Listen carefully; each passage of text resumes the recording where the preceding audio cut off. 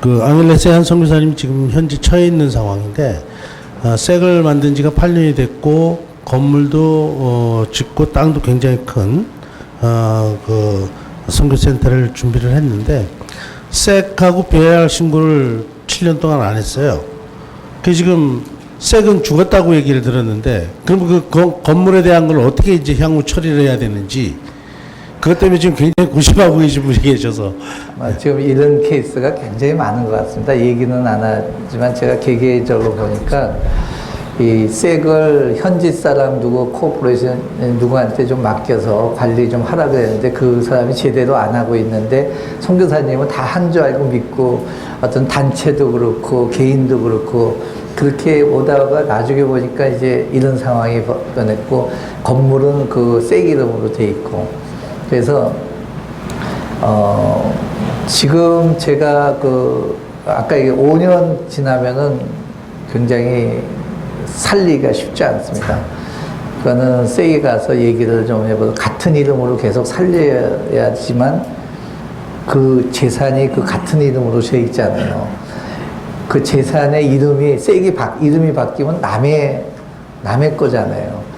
그래서 그 색을 처리하기 전에 재산을 처리를 해야 되는 관계가 있습니다. 이제 약간의 그러한 좀 가능성을 보면은 새로운 색을 하나 만들어 갖고, 이 색, 지금 죽어 있는 색에서 새로운 색으로 판매를 하고, 디드업 세일을 해서 그 건물이나 이런 게 새로운 색의 주인이 되고, 그래서 그걸 갖고 이제, 왜냐하면 색은 죽어 있지만은 등기부 등교에서 가면 죽어 있지를 않아요. 왜? 이게 전산화가 안 돼 있기 때문에, 색에는 이게 등록이 이게 죽어 있다 그러지만 등기소에 가면 아직도 뭐 ABC 처치로 이름이 등기를 했다면은, 이전에 등기를 안 했다면 이건 또 얘기가 등기를 틀리죠. 했습니다. 등기해서 등기부 등본이 있다면은 그게 되니까 빨리 색 이거를 하기 전에 이거를 새로운 색을 하나 만들어 갖고 판매를 해서 새로운 색 이름으로 이거를 등기 이전을 빨리 해야 됩니다. 등기 이전을 하고, 그 다음에 색은 이제 더 이상 그걸 살릴 건가, 그냥 죽은 걸로 그냥 놔둘 건가. 이제 살려야 되는 꼭 이유가 있으면은 가서 페널티 내고 뭐 해야 되지만 5년 넘어서는 굉장히 힘듭니다. 그래서 지금 이게 전산화가 돼 있으면 이렇게 못해요. 우리나라는 동해도 가도 출입국 그게 다 나와서 뭐 전산에 꼼짝 못하는데, 이 나라는 아직도 그러한 좀 룸이 있습니다. 그래서 등기소 가서 빨리 그걸 하고, 그 다음에 색을 이제 죽이고 새로운 색으로 업무를 하든가 해야지, 그거 잡고 있다가는 아무것도 안 되는. 알겠습니다. 감사합니다. 네. 그러면 그걸 운영 체계를 재단 법인으로 등록하는 것이 가장 좀 무난하다고 생각하는 것, 그것 좀 여쭤보고 싶습니다. 재단 법인이 나을지 아니면. 많은 필리핀 병원들이 파운데이션으로 등록이 되어 있습니다. 예, 우리 예. 한국 사람만이 아니고, 예. 학교 법인이나 예. 의료 법인이 파운데이션으로 다 등록이 되어 있습니다. 파운데이션으로. 예, 그렇게 되면은 예. 세금 문제나 여러 가지 이런 부분도 많이 혜택을 볼 수가 있고요. 예. 파운데이션의 의료기기를 도네이션 받기도 좋고, 예. 일반 병원이 아니고, 예. 이렇게 해서 파운데이션이, ABC 파운데이션이 이런 병원을 소유하고 있는 그런 게 되겠죠. 예, 알겠습니다. 네, 감사합니다.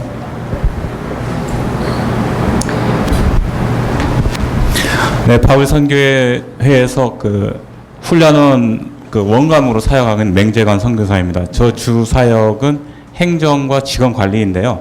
지금 말씀해주신 섹이나 BIR, SS를 계속 관리 중에 있고, 그리고 이제 직원 관리 중에 있는데, 그 섹이나 SS, BIL은 저희가 1년에 한 번씩 충실하게 실행을 하고 있습니다. 그래서 전혀 문제가 없는 반면, 그 많은 선교사님들이 부딪히는 문제가 그 노동법의 그 직원들과의 마찰, 그런 문제들이 많은 줄 알고 있는데요.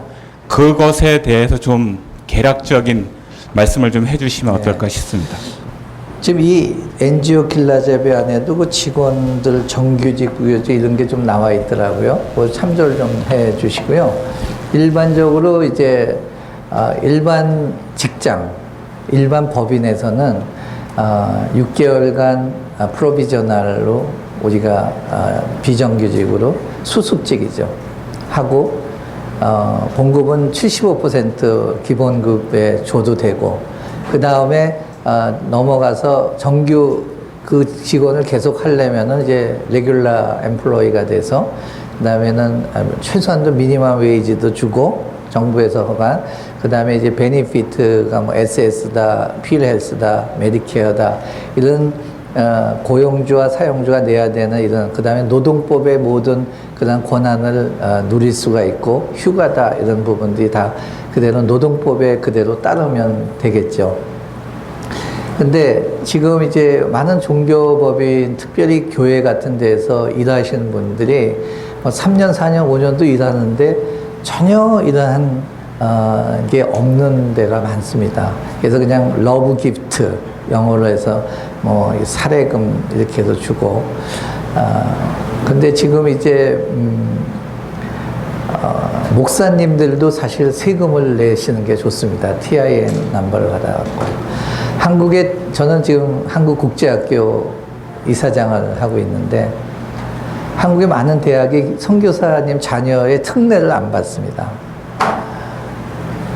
일반 교포나 이런 거 받는데 그런데 선교사님 특례를 받는 거는 그 선교사님이 그 지역에서 세금을 낸 실적이 3년 이상 있으면은 그 특례를 해줘요. 그러니까 우리가 자녀를 보나 뭘 보나 해외에 내가 근거를 했고 그 나라에 있으면서 내가 어떠한 그런 근거가 좀 마련해 주는 게 굉장히 중요한 부분이 됩니다. 그래서 신고는 뭐 미니멈 웨이지를 해서 15,000페소다 그러고 얼마를 내든 그거는 본인이 따라서 내야 되는 거지만은 그런 TIN 넘버 납세를 받고 그걸 받아서 하는 게 좋고 같이 일하는 사람들한테도 그런 좀 법적인 조치를 해주는 게 좀 마땅합니다. 그래서 지금 같이 있는 필리핀 교육자라든가 그 다음에 직원들 이런 부분들에서 이제 SSS 문제도 있고 여러 가지 그런 빠기기 문제도 있는데 잠시 왔다가 가는 사람들이야 뭐 상관이 없어요. 6개월 미만에. 근데 이제 계속적으로 함께하는 사람들은 고용계약서도 쓰고 그 다음에 그 1년이면 1년마다 연기를 하고 거기에 의해서 그 사람들이 이제 SSS는 주인도 몇 % 내고 본인도 몇 % 내는 거거든요. 그러니까 내가 100원 내면 주인이 150원 내서 국민연금 같이 이렇게 받아가는 거기 때문에 이 사람들은 SSS가 있으면 실업수당이 많이 나옵니다. 잡을 잃었을 때는 실업수당이 정부에서 꽤 많이 나와요. 그래서 그 SSS를 내는 게 굉장히 중요한 그런 부분이고, 지금 특별히 이제 많이 종교법인에서 문제가 되는 게 주일날 일을 하잖아요. 사실 주일날 쉬는 날인데 주일날 일하면 임금 2배를 줘야 되잖아요. 그러니까 이런 부분들이 이 계약서에 좀 명기가 돼갖고 그런 걸 서로가 양해를 하고 하는 이런 부분들이 좀 평일날은 언제 쉬고 대신에 주일 일을 하고 뭐 주일 5일째는 어떻게 하고 하는 이런 부분들이 좀 중요한 것 같고요. 그분들이 SS 제대로 내는지를 교회에서 좀 체크를 좀 해주는 것도 좋을 것 같고요. 필리핀 교육자들이나 목회자들도 어떠한 러브 기프트보다도 그걸 셀러리로 디클레어를 하면은 그분들이 굉장히 어디 가든지 법적인 그런 납세자로서 그런 위치를 확보하기 때문에 우리 교회 아니더라도 딴 교회 가더라도 굉장히 이익이 있고 가족한테도 혜택이 많이 있습니다. 그래서 노동 시간과 봉급 액수와 근무 조건 이런 부분들을 조금 생각해 보시면서 하셔야 될 것 같습니다. 아까 어떤 선교사님은 섹했는데 선교지에서 3년 됐는데 아직까지 메이어 퍼미트고 바람가이 클리어스도 없이 그냥 계속 하고 있다고 하는 그런 분 아까 있었어요. 그래서 이런 부분들 너무 쉽게 우리가 넘어가면 안 되고, 그 다음에 이런 법적인 문제는 선교사님이 직접 챙기셔야 됩니다. 현지 사람한테 이렇게 해서 다 했겠지 이게 아니고 선교사님이 직접 하고, 가능하면 한 번 정도는 현지 직원이랑 같이 쫓아다니면서 한 번 프로세싱을 같이 해보는 게 걔가 지금 어디 가서 뭐 하고 있지 이렇게 딱 그려볼 수가 있기 때문에 믿기지만 말고 세게도 한번 가보고 노동청에도 한번 가보고 BIL에도 한번 가보고 하면서 옆에서 하는 걸 이렇게 보는 게 여러분들이 직접 배울 수 있고, 그 다음에 그 직원이 장난을 못 칩니다. 한번 쫓아가서 보면은 그 다음에 장난을 못 치고, 관공서 가면 여기 있는 사람들 다 환영합니다. 한국 사람 오면은 되게 환영하고 다 좋아하거든요. 그러니까 좀 프렌드리하게 가서 하면 좋겠습니다. 최동석 선교사입니다.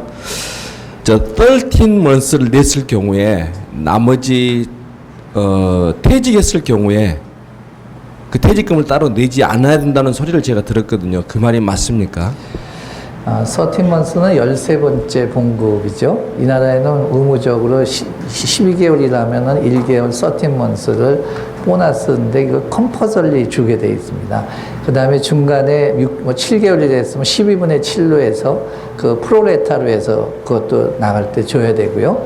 그 다음에 법적으로는 지금 퇴직금은 1년에 15일치.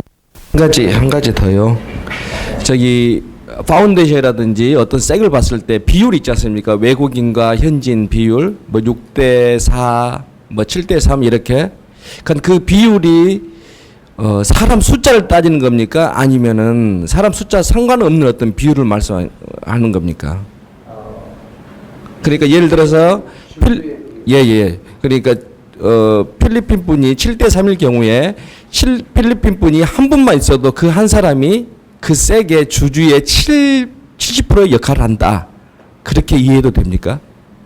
근데 이제 주주의 그 결정권에는 지금 자기 법인 구성할 때 그 6대4로 이렇게 말씀하셨는데, 최근에 제 친구 선교사님이 법인을 만들려고 하는데 법이 바뀌었다고 해가지고 그 에이전시가 8대2로 이렇게 이야기를 한다고 해서 그게 어떻게 사실인지 아닌지 한번 확인하고.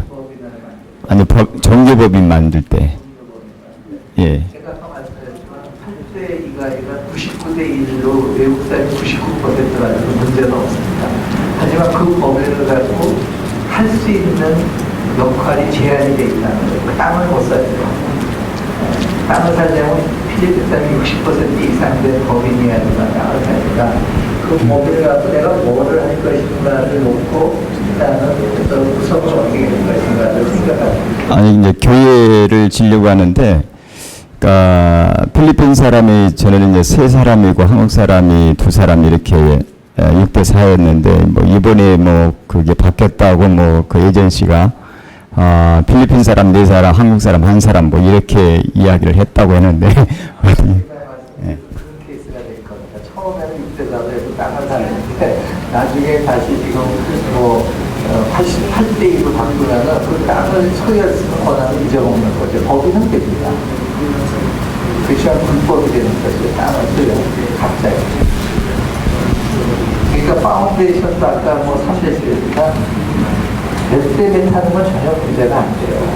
근데 그걸 갖고 할 수 있는 자격이 있는가? 아까 얘기했잖아요. 저기 뭐 광고를 내가 하려는데 내가 뭐 100% 외국인 거고 광고 허가가 안 나는 거죠. 광고가 30%만 외국인한테 허락을 하는 그런 업종이 있거든요. 그러니까 내가 무엇을 필리핀어를 사로 하고 이제 외국인이 일로 한다라는 거죠. 예. 목적이 토지를 소유하고 있으면은 필리핀 사람이 60% 이상을 하야 돼요. 3배죠, 3배. 토지가 없다면은 필리핀 사람 뭐 1% 가지고 상관없어요. 누가 뭐라 그러나. 토지만 문제 그 이해가 안 돼요. 한국 사람이 은혜라고 해서 이런 거 하네요. 그러니까 법인의 목적이 내가 땅을 사서 건물 짓기 위해서 법인을 세우냐고 땅을 살 수 있는 자격은 필리핀 사람이 60% 이상을 가져야 땅을 사는 거잖아요. 예, 예. 그러니까 그거를 지키려면 필리핀 사람 60% 이상이 있어야 되는 거고. 그렇죠? 근데 내가 땅은 필요 없어. 난 남의 거 빌려서 건물 한 50년, 20년, 25년 한다 주고 갈 거야. 그럼 땅은 필요 없으면 내가 100% 등록해갖고 내가 그냥 하면 돼요. 땅은 빌리면 되니까. 내가 소유가 아니니까. 그래서 선교사님들한테 조금 추천하고 싶은 거는 어디 가서 교회 짓거나 유치원을 하거나 데이케어 센터 하거나 땅을 왜 사야 될까 하는 생각을 합니다. 그래서 저는 추천하기는 이 나라는 바람가의 시티에 가면은 소유 땅들이 짜락 땅들이 많이 있어요. 그런데 가서 그 땅을 25년 빌리자 그러면은 빌려서 내가 왜 건물 짓고 유치원하고 데이케어 되고 25년 뒤에 그냥 기부 찬양할게 하면서 웰컴합니다. 그러면 땅에 대한 소유권도 문제가 안 되고 땅값 지급을 안 해도 되고 그 다음에 25년 뒤에까지 여기서 선교사님들 여기서 사실 거예요. 우리는 영원히 하는 것처럼 소유하려고 했지만 10년 지나서 결국은 여기 와서 필리핀 사람들한테 해주고 가려고 온 거잖아요. 근데 우리 많은 교회나 단체들이 제일 약점이 처음부터 그런 마음 갖고 앞으로 10년 뒤에는 이게 당신 거가 된다고 디클레어를 하는 선교사님과 저는 잘하면 내가 주고 어떻게 하는 걸 보자 하고 하는 선교사님은 10년 동안 계속 들이 여기서 한국 사람이 식당을 하는 게 다 불법이다 라고 생각을 하고 있는데 사실 불법은 아닙니다. 불법으로 이 나라에 살 수 있는 건 아무것도 없어요. 그 식당에 가보면은 현지 사람으로 면허를 받고 전부 메이어 퍼미트고 식당화가 다 받고서는 세금도 내고 다 하고 있습니다. 우리는 관념이 저 실제 사장이 한국 사람인데 저 필리핀 이름으로 하고 있네. 그것도 우리 생각이고 필리핀 사람 눈에서 볼 때는 필리핀 사람이 하고 있는 정식 허가받은 식당이잖아요. 그러니까 우리 개념을 조금 바꿔야 돼. 잘못하면은 우리가 잘못 생각해갖고 저 잘못을 저질 때가 있거든요. 그 사람들은 다 이렇게 하는데 우리 한국 분들이 조금 미스테이크하는 부분이 일본 식당은 별로 문제가 안 나요. 일본 사람도 똑같이 하고 있는데 왜냐하면 일본 사람은 일본 사람 주인이 그 필리핀 사람 면허를 얻어갖고 자기가 투자자 했지만 그 사람이 하는 것처럼 허가는 다 받았지만 자기가 그 회사에 일본 쿡으로 취직을 하든가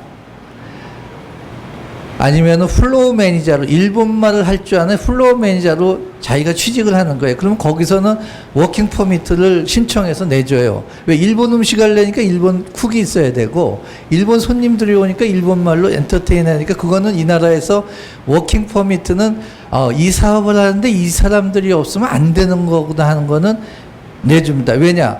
국내에 고용을 해치는 왜 이거 꼭 외국인이 와서 해야 돼? 그런 데는 워킹 퍼미트를 잘 안 내줍니다. 그런데 이거는 이 나라 사람이 꼭 해야 되는 거다 하는 거에 대해서는 잘 내주거든요. 그래서 일본 사람들은 자기가 돈 다 들였지만은 필리핀 사람이 거기 사장을 하고 있지만 자기는 주방에 들어가서 딱딱 썰면서 아내 보고 일로 좀 들어와 봐. 그래서 안에서 교육하고 다 이렇게 하면서 컨트롤을 하고 아니면은 자기가 플로어 매니저로 취직을 해갖고 다니면서 이렇게 하고. 근데 우리나라 사람들은 남의 이름을 빌려놓고도 자기가 사장처럼 딱 앉아서 자기가 돈 다 받고 다 하니까 남이 봐도 분명히 사장같이 행동을 해서 이민국 직원이 와서 붙잡아서 당신이 여기랑 무슨 상관이 있냐? 당신이 여기 무슨 일할 퍼미트가 있냐? 아무것도 사실 없거든요. 그래서 사실 많이 걸립니다.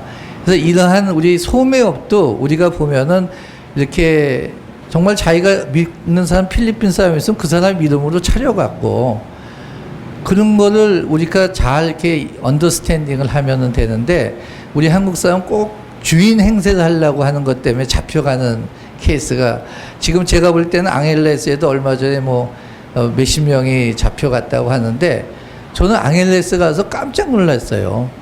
거의 200~300m 되는데 양쪽에 한국 간판도 다 들어놓고 우리 대사님이 앙헬레스 시장 만났는데 정말 화가 나갖고 대사님이 얘기를 못하고 나왔습니다.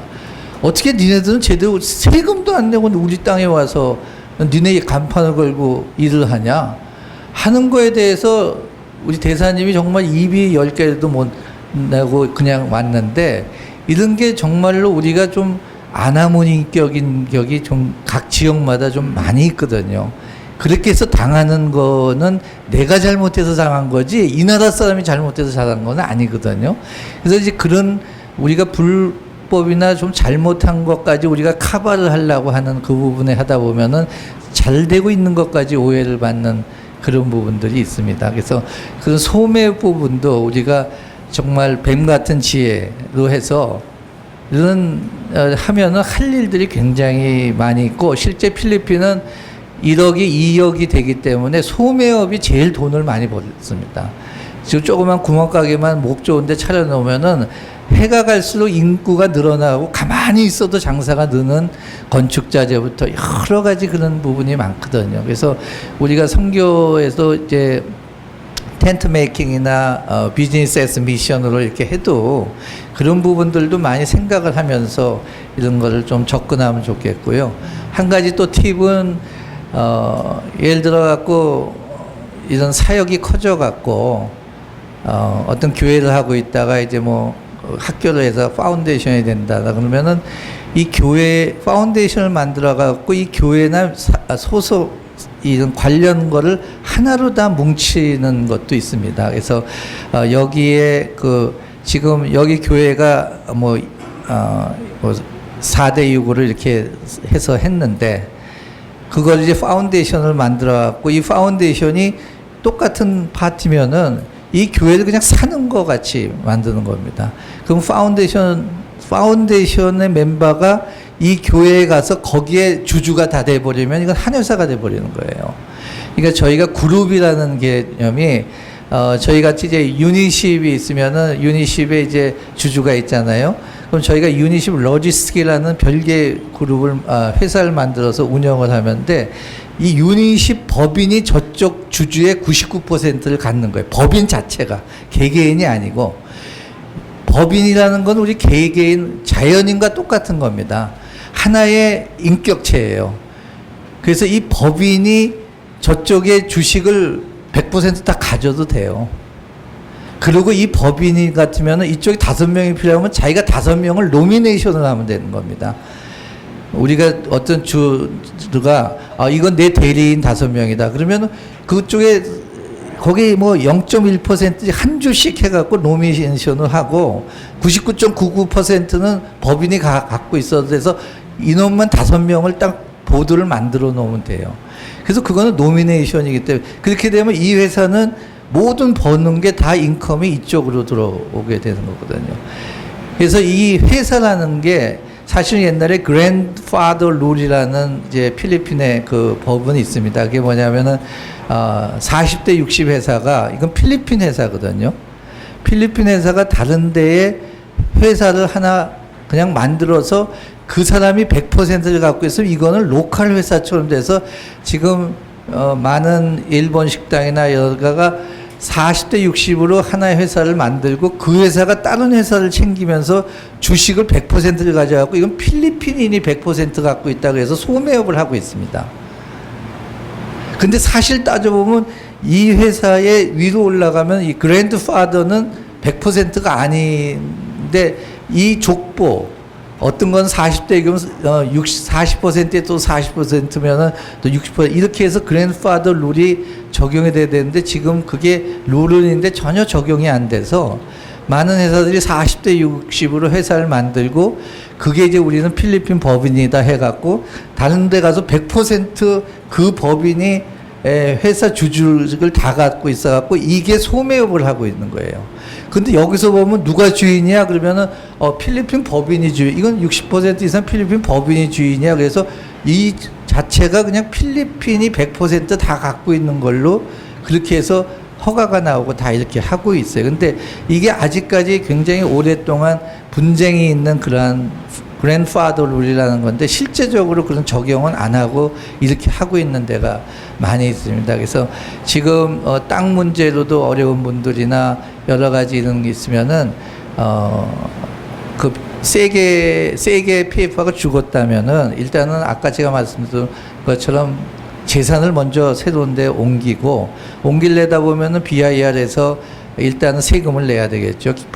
개인 텍스랑 도큐멘터리 텍스랑 이제 지역마다 5%에서 7.5% 정도 됩니다. 마카티는 지금 캐피탈 개인 텍스가 7.5%인데 그런 거에 따라서 실제 내고서는 거기 옮겨 놓으면 되는데 이제 거기서 하나의 걸림돌이 BIR에서 그 개인 텍스를 내는 그 법인체를 조사를 해볼 때가 있죠. 근데 니네 지난 5년간 전혀 신고도 안 했다.